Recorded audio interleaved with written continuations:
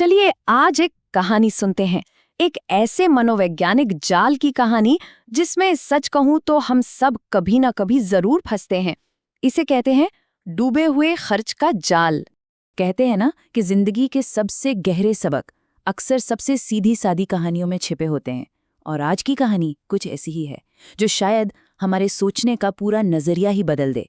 तो शुरू करें। कहानी शुरू होती है एक बहुत ही घने जंगल में। वहां एक शिकारी ने एक जाल बिछाया जो देखने में तो बिल्कुल मामूली सा था, पर असलियत में जानलेवा था। देखिए, शिकारी ने ये जाल कितनी चालाकी से बनाया था। उसने एक नारियल का खोल लिया, उसे एक पेड़ से कसकर बांध दिया और फिर उसमें बस इतना बड़ा छेद किया कि एक बंदर का खुला हाथ आराम से अंदर चला जाए। और फिर उसने उसे भर दिया सूखे चनों से, एक बहुत ही आसान सा लालच। शिकारी को ज्यादा इंतजार नहीं करना पड़ा। थोड़ी ही देर में एक बंदर वहां आ पहुंचा और उसकी नजर सीधी उन चनों पर पड़ी। बेचारे को क्या पता था कि ये छोटा सा लालच उसकी जिंदगी का सबसे खतरनाक मोड़ बनने वाला है। अब इस जाल की कारीगरी देखिए।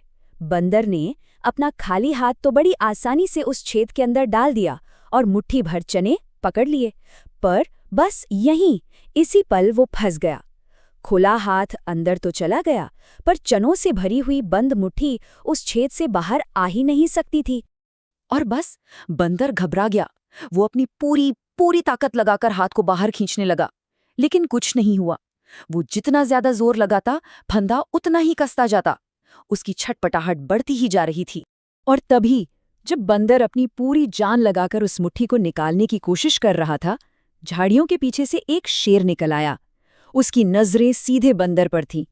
अब ये मामला सिर्फ चने का नहीं था, अब ये जिंदगी और मौत का सवाल बन चुका था। बंदर जोर जोर से चीखने लगा। एक तरफ उसका दिमाग चिल्ला रहा था, भाग, चने छोड़ दे, अपनी जान बचा। लेकिन उसके अंदर से एक और जिद्दी आवाज आ रही थी, अरे इतनी मेहनत से ये चने पकड़े हैं, अब इन्हें ऐसे कैसे जाने दूं? और बस यही वो सोच थी जिसने उसे जकड़ लिया था।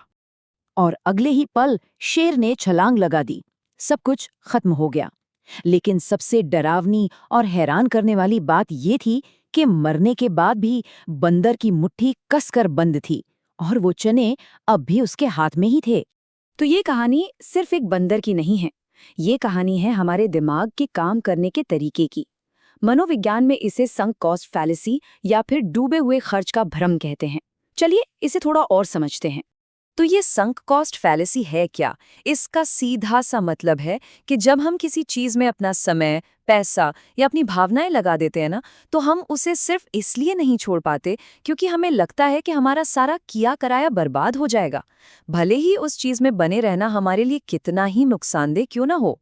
तो बंदर की सोच में गलती कहाँ हुई? उसका निवेश क्या था? चने पकड़ने की बस थोड़ी सी मेहनत।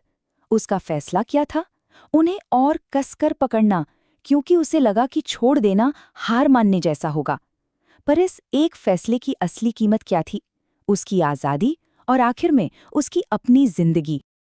अब एक काम करते हैं, इस कहानी को बंदर से हटाकर अपनी जिंदगी पर लागू करके देखते हैं, क्योंकि ये जो सोच है ना, ये सिर्फ जानवरों तक ही सीमित नहीं है। बंदर की नादानी पर हंसना तो देखिए बहुत आसान है, पर क्या हम खुद भी कभी कभी ठीक वैसा ही नहीं करते? क्या हम भी छोटी छोटी चीज़ों को सिर्फ इसीलिए नहीं पकड़े रहते क्योंकि हमने उनमें बहुत कुछ लगा दिया है? जरा सोचिए, वो कोई खराब रिश्ता जिसमें सिर्फ इसलिए बने हुए हैं क्योंकि कई साल साथ गुजार दिए हैं, या कोई ऐसी नौकरी जिससे नफरत हो चुकी है पर सिर्फ इसलिए नहीं छोड़ रहे क्योंकि उसमें बहुत वक्त दे दिया है। ये सब उसी बंद मुट्ठी के ही तो उदाहरण हैं। तो समस्या तो समझ आ गई, लेकिन इसका हल क्या है?